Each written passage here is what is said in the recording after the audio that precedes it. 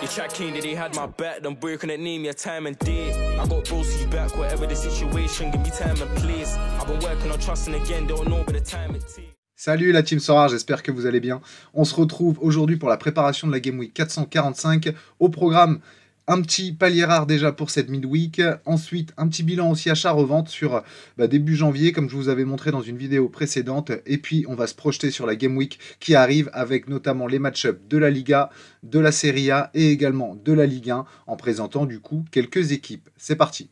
On attaque avec la cap 240 rare de cette midweek qui passe pour le palier avec 286 points. Merci Esteban Sales avec Concarneau. Très solide Concarneau d'ailleurs à domicile contre 3. Et puis surtout Crépin Diatta avec sa passe D avec le Sénégal. Donc ça c'est cool. Connor Barron a fait le taf hier avec Aberdeen. Donc ça nous permet d'aller choper le premier palier de janvier. Il était temps, la fin du mois approche. Donc ça c'est plutôt la très bonne nouvelle.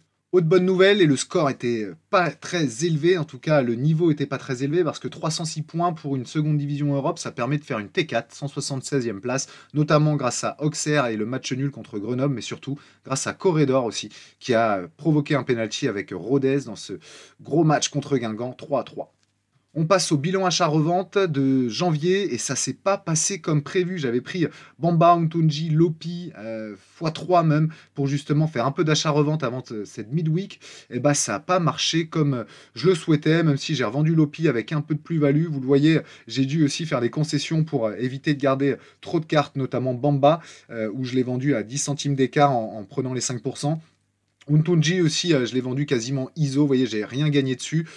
Ça joue aussi cette Game Week 445, donc c'est aussi pour ça que potentiellement il n'y a pas beaucoup d'achats-reventes aussi sur la seconde division Europe pour cette midweek. Donc je le prendrai aussi bien sûr et je vais capitaliser dessus pour éviter, si jamais il y a une Game Week qui suit, etc., de prendre trop de joueurs. Et puis il y a eu un commentaire intéressant aussi sur YouTube qui me disait vaut mieux peut-être prendre un joueur en rare plutôt que 3 joueurs en limited, et c'est pas faux. Moi je pensais qu'il y avait une volatilité beaucoup plus forte en tout cas avant les midweek sur les limited, et au final c'est peut-être mieux d'aller cibler plutôt un joueur en rare et de faire une plus-value de 4-5 euros plutôt que, comme vous voyez, comme ça, à faire beaucoup d'allers-retours et parfois pour pas grand-chose.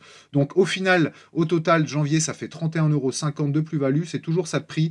Je vais continuer à analyser bien sûr les match-ups, notamment sur février, et puis je vous referai un petit bilan pareil, mais bon, 31,50 € d'achat-revente sur janvier, ça se prend quand même, c'est pas un palier, mais en tout cas, c'est pas loin, et puis ça fait du bien. On attaque maintenant les match-ups et notamment de la Liga. Comme vous voyez, à chaque coup, je vais vous faire les 3 équipes que je vois scorer et les 3 équipes que je vois ne pas encaisser de but. Donc, dans les 3 équipes que je vois scorer, il y a Riron, l'Atlético et le Barça. Riron, ça va à Vigo, et surtout Riron à l'extérieur, c'est 21 buts marqués. Vigo, c'est 14 buts encaissés à domicile. Donc, je vois bien Riron continuer sur sa lancée et scorer du coup à Vigo. Je mets également l'Atlético Madrid, ça reçoit Valence, mais l'Atlético Madrid, c'est 23 buts marqués à domicile, mais surtout, Valence, c'est 19 buts encaissés à l'extérieur. Quand on regarde le top 7, tout simplement, il y a un gros écart, donc défensivement, ça voyage mal aussi, Valence, donc je vois bien l'Atlético scorer. Je mets en 3e le Barça. Le Barça à domicile, c'est 21 buts marqués, mais surtout Villarreal, qui est 14e, c'est 20 buts encaissés à l'extérieur.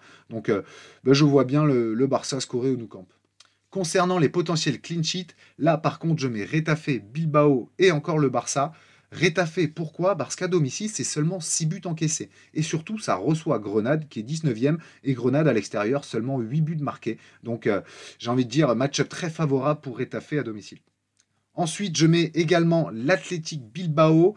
Ça se déplace à Cadiz. Cadiz qui est mal classé, 18e. Et surtout, l'Atlético Bilbao, à l'extérieur, c'est seulement 9 buts encaissés. Alors que Cadix, à domicile, seulement 9 buts marqués. Donc, je vois bien l'Atlético Bilbao tout simplement faire respecter la hiérarchie et ne pas encaisser de but à Cadix.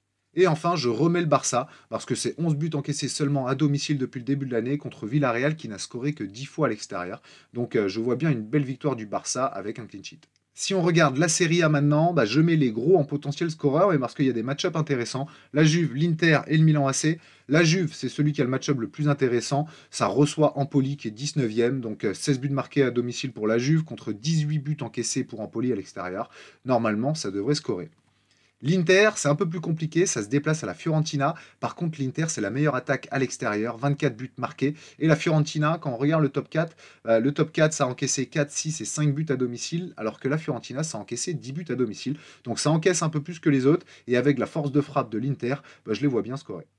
Et enfin, je mets le Milan. Le Milan, ça reçoit Bologne. Bologne qui est bien classé, en 8e. Par contre, le Milan à domicile, c'est 18 buts marqués et surtout 13 buts encaissés pour Bologne. Donc, je vois bien Milan marqué.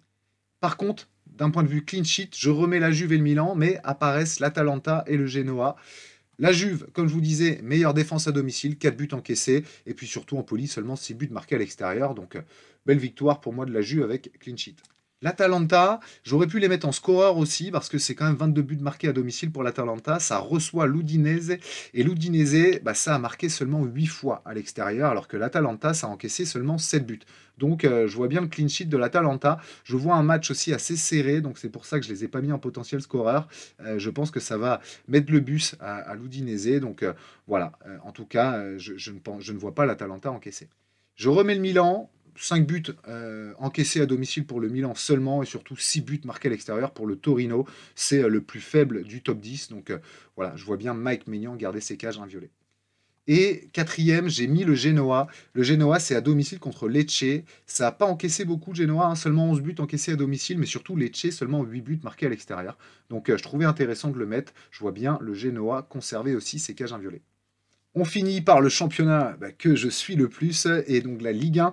Je mets Reims, je mets Paris et je mets Nice en potentiel scoreur. Paris, ça me fend le cœur, mais on va revenir dessus.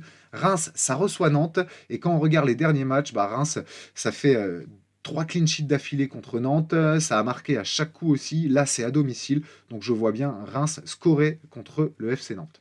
Paris contre Brest, c'est le duel, le choc au sommet de cette Ligue 1. Qui l'eût cru? Mais en tout cas, Paris à domicile, c'est 25 buts marqués. Donc même si Brest n'a encaissé que 8 buts à l'extérieur, je vois quand même, en toute honnêteté, Paris scorer quoi qu'il arrive. Donc voilà, les Parisiens, soyez quand même gentils avec nos Brestois. Et puis surtout, moi je crois quand même, bien sûr, à Brest, mais on va laisser le cœur de côté et la raison me dit que Paris devrait marquer.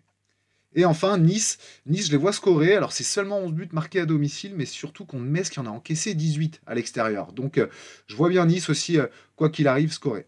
D'un point de vue défensif, là, je mets Nice par contre en premier parce que c'est très solide aussi et c'est la meilleure défense à domicile. Quand on regarde, c'est seulement 2 buts encaissés à domicile pour les Niçois. Donc ça, c'est énorme. Et surtout, Metz, ils ont encaissé 18 buts et seulement marqué 9 buts. Donc voilà, c'est un match-up aussi assez favorable pour les Aiglons. Par contre, Reims, je les remets aussi parce que seulement 9 buts encaissés à domicile contre Nantes qui en a seulement marqué 6 à l'extérieur. Donc moi, je vois bien une victoire de Reims avec clean sheet aussi pour Yevan Diouf. Et enfin, je mets Lille. Lille, je les trouve très solides défensivement. Ça a encaissé seulement 10 buts à l'extérieur. Et surtout, Montpellier à domicile, c'est pas fameux à la Mosson en but marqué. Seulement 9 buts marqués à la Mosson. Donc je vois Lille qui est solide défensivement et notamment Lucas Chevalier maintenir le clean sheet. Espérons que ça soit le cas. On va le voir, je vous présente maintenant quelques équipes. Et la première, c'est ma compétition préférée, la U23, donc je mets Chevalier parce que je crois réellement au clean sheet de Lille. Je mets Mustapha Mbo aussi avec le Paris FC en Ligue 2 qui reçoit Dunkerque. Mbo, c'est de gros scoring généralement. Là, c'est à domicile contre Dunkerque qui va mieux quand même, mais on espère un clean sheet du Paris FC. Tony Frouk, là c'est plus dur, ça se déplace à l'Hajduk Split qui est premier, donc voilà, le premier contre le deuxième avec Rijeka, mais Tony Frouk c'est assez costaud aussi, donc les scorings sont intéressants. Allez, je le mets, je le tente, et puis devant ma doublette Rodrigo Evanilson, mais plutôt avec Evanilson capitaine, parce que Rodrigo ça joue pas les matchs complets, il le sort souvent de chez Lotti, donc on verra en tout cas si c'est pressenti aussi Titu. Je regarderai bien sûr Play Sharper avec attention, mais je mets Evanilson en tout cas capitaine, parce que match-up favorable pour Porto, et Evanilson très régulier ces derniers temps.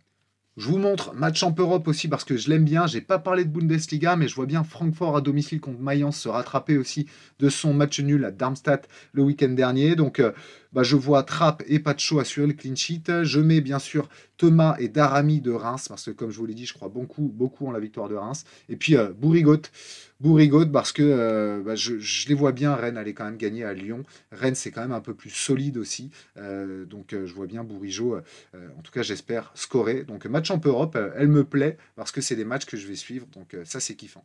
Et celle qui me plaît peut-être le plus, mais bon, c'est peut-être la plus utopiste aussi, c'est ma French spécialiste avec Cabrestois, Bizot, Loco, Camara, Lala.